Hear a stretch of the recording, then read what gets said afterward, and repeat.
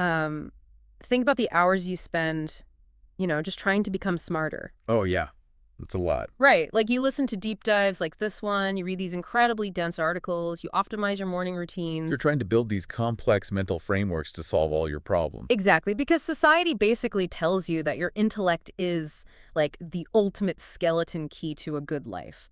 But, and this is what we're looking at today, what if that very intellect, the specific mechanism you're using to process the world right now, is actually a meticulously designed trap? Yeah. What if being smart is the exact reason you feel perpetually stuck? Okay, let's unpack this. Today, we are basically tearing down the entire foundation of human intelligence. We're doing a deep dive into a really provocative essay from 2011 by Sufeng. It's titled 36-8 Triogram Arrays, the Array of Wisdom. And this text makes a really radical claim. It argues that your brain's relentless ability to, categorize and calculate and problem solve, it isn't liberating you at all. It's actually devouring you. Which is wild. It's a massive disruption of everything we are taught to value.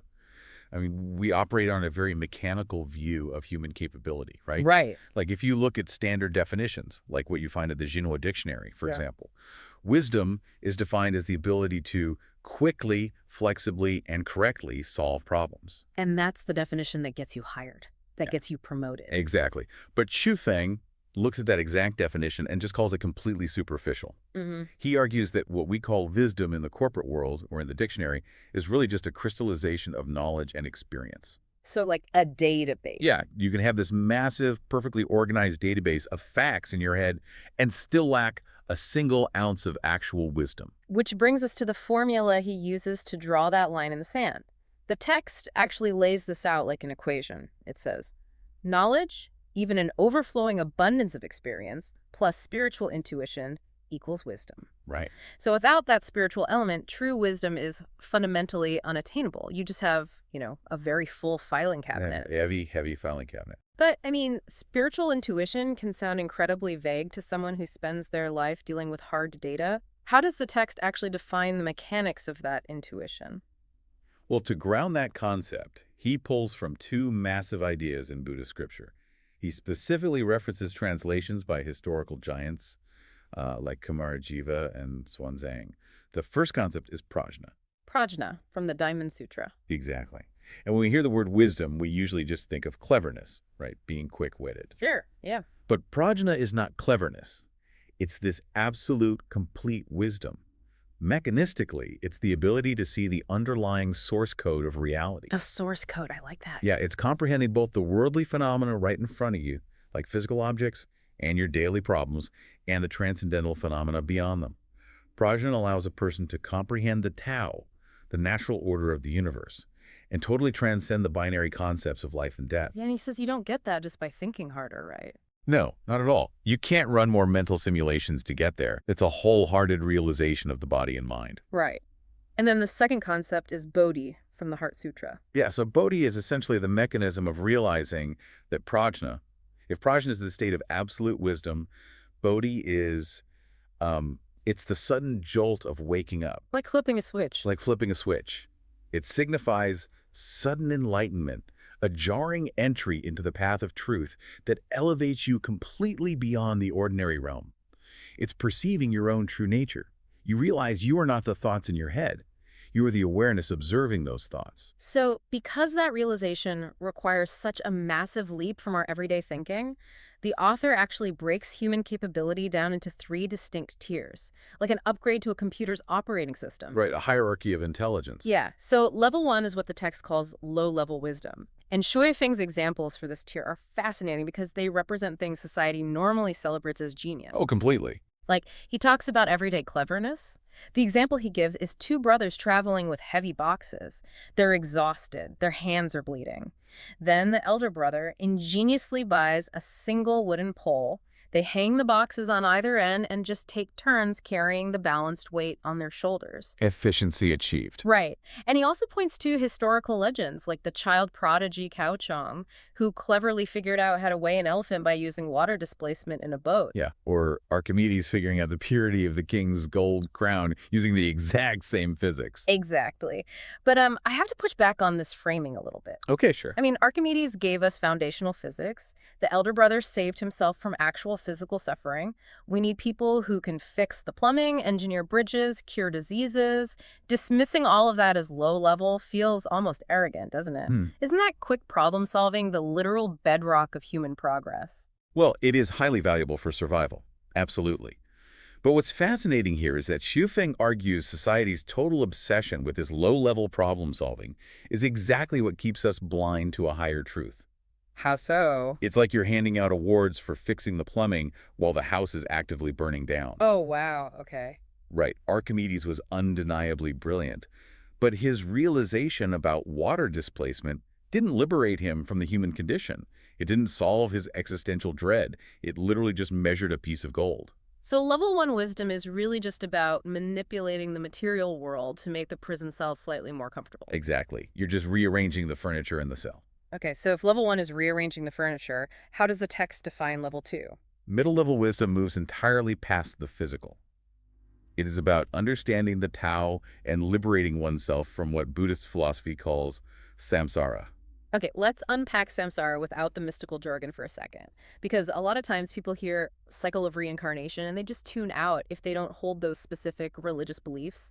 That's a great point. Think of samsara as the exhausting, infinite treadmill of trying to solve human suffering with human logic. It's a treadmill. Yeah. You fix one problem, and the solution just creates two new problems. You invent the combustion engine to solve transportation, and you create climate change. Right. You invent social media to connect people, and you create mass isolation. Exactly. Samsara is that perpetual cycle of desiring an outcome, fighting to get it, suffering when you lose it, and then immediately desiring something else. Level 2 wisdom is realizing the treadmill cannot be out-engineered. You just have to step off of it. And the text points to the bodhisattvas, right? Like Yeah. Avalokitesvara. Yes, as the embodiment of this tier. They've seen through the illusion that manipulating the material world will ever bring lasting peace. Which brings us to level 3, high-level wisdom. And this isn't just stepping off the treadmill. It's like realizing there never was a treadmill to begin with. The text points to the Buddha Shakyamuni as the ultimate example here. It's the attainment of ultimate nirvana, complete unity with the Tao. You aren't observing the universe anymore. You are experiencing your seamless integration with it. You achieve a Nuttara Samyak Sambodhi. Which translates to... It translates to the unexcelled, perfect enlightenment. Complete systemic liberation from the illusion of the self. So naturally, you would assume the entire point of this essay is to provide a step-by-step instruction manual, right? On how to climb from level 1 past level 2 and finally arrive at level 3. You would think so, yeah. But the essay completely upends that expectation. It suggests that the relentless drive to climb that intellectual ladder, the very desire to reach the peak of human capability, is the trap itself. It is the most elaborate, seductive trap ever designed. Xu calls it the wisdom array. The wisdom array. Yeah. Think of an array as a complex mathematical matrix, a bounded playing field. The essay posits this really terrifying thought. Humans were given just enough free will and intellectual processing power to create comfortable lives. Right. We use our intellect to build shelters, invent technologies, satisfy our endless greed. But all this intellect actually does is lock us into an effective interpretation of the cosmic script. It's like you're a very clever actor on a stage, using your intelligence to constantly decorate the set, entirely unaware that the theater doors are locked. Exactly. And to illustrate how deep this illusion goes, the text brings in a story from classical Chinese literature, Sun Wukong, the Monkey King. Here's where it gets really interesting. For those unfamiliar, the Monkey King was incredibly powerful. He had 72 different transformations. He could become any animal, overcome any physical obstacle, fly on clouds. Right, he rebelled against heaven itself. Yeah, he believed he was the absolute master of his own destiny. But the story reveals that despite all his immense power and cleverness, when he thought he had flown to the very edge of the cosmos, he was actually just running around inside the palm of the Tathagata Buddha. He literally never left the hand. He was trapped the whole time. And our intellect is the Monkey King. We map the human genome, we split the atom, we put rovers on Mars, and we feel like we are the masters of the universe. But we are just running around inside the palm. And the profound danger of this illusion is that our intellect convinces us that more calculation is the answer to the suffering caused by our previous calculations. Oh, man. Right? The text refers to this kind of wisdom as a devourer of time and a squanderer of life. When level 1 problem solving operates without spiritual intuition, it brings endless harm. And Zhou does not pull punches here. No, he doesn't. He explicitly points to the atomic bombs dropped on Hiroshima and Nagasaki, He calls those weapons the ultimate crystallization of human wisdom. which is chilling to think about. We perfected the physics. We solved the problem of energy release. Archimedes would have been astounded by the math.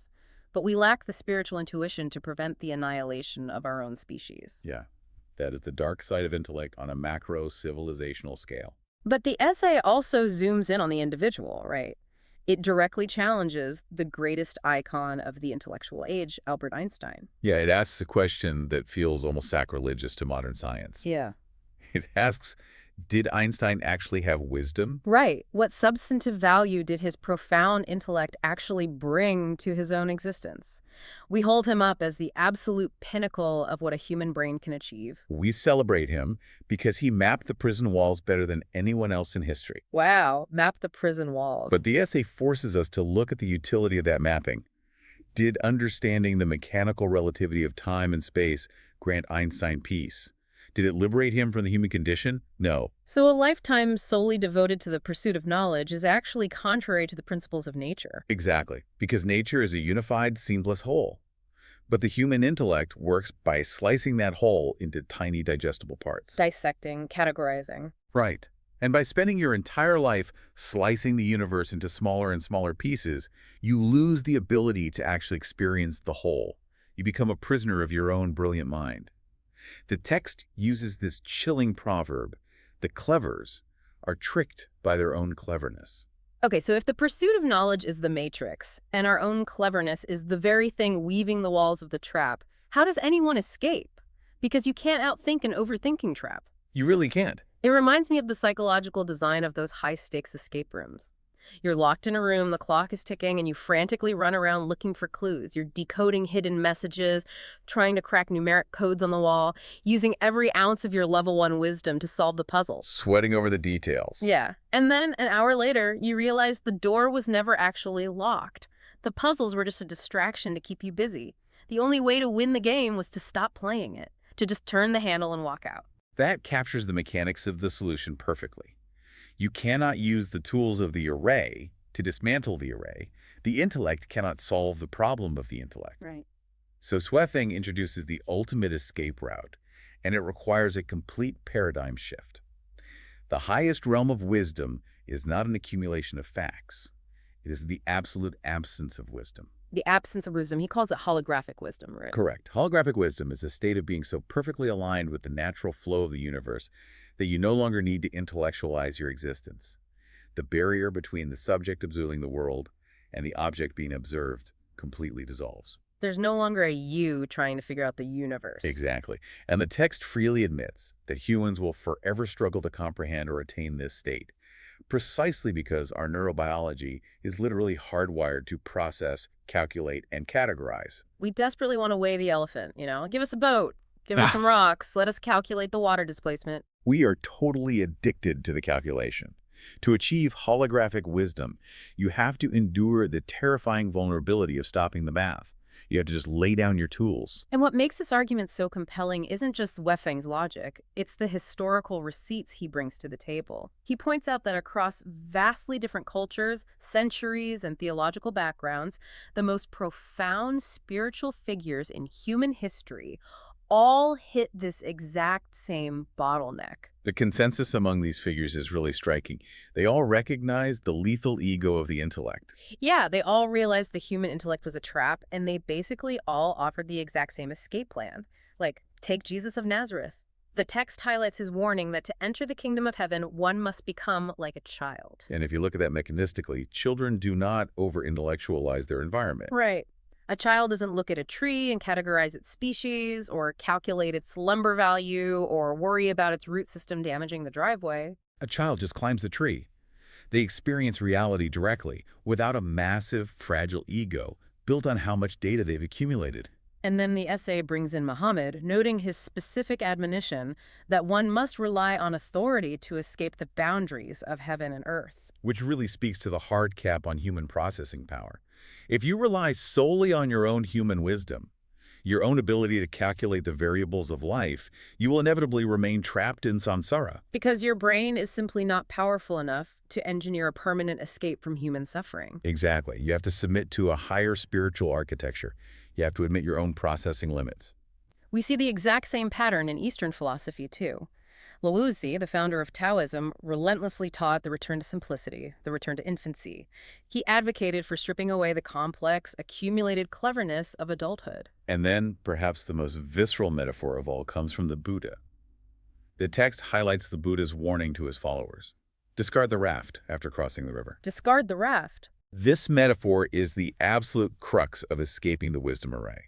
The teachings, the mental models, the frameworks, the religious dogmas, they are merely a raft. Just a tool. Yeah, they're tools designed for a very specific purpose, to help you cross the turbulent river of ignorance. But once you reach the other shore, once you achieve that clarity, your intellect tells you to protect the raft. Because it worked. Right. The intellect says, this raft is valuable, I should carry it with me.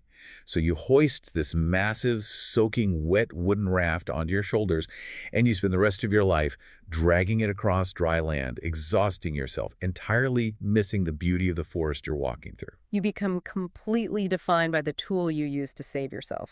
You idolize the raft. Yeah. If we connect this to the bigger picture, the essay argues that we must play with wisdom and then escape from it. You use level 1 problem solving to survive the physical world. You use the raft to cross the river. Exactly. But you must actively refuse to be ensnared by it. You refuse to become intoxicated by how smart you are, how efficient your frameworks are, or how heavy your raft is. Because the moment you derive your identity from your intellect, the wisdom array swallows you whole. So what does this all mean? Let's bring this entire deep dive down to the ground. If you're listening to this, you are someone who actively seeks out complex information. You consume podcasts, you read the books, you try to optimize your career and your relationship. You're trying to build a better raft. Exactly. How do you actually exist in the modern world without just throwing all your books out the window and moving to a cave? How do you dismantle the wisdom array while still, paying your mortgage? Well, Zhu Feng does leave us with a specific philosophical framework for daily life. It's not a rigid checklist, but more of a fluidity of movement. It's about changing how you interface with reality. Okay, what does that look like practically? First, the text advises keeping the greatest creator in your heart. Regardless of your specific theology, this basically means establishing a constant connection to a source beyond your own hard drive.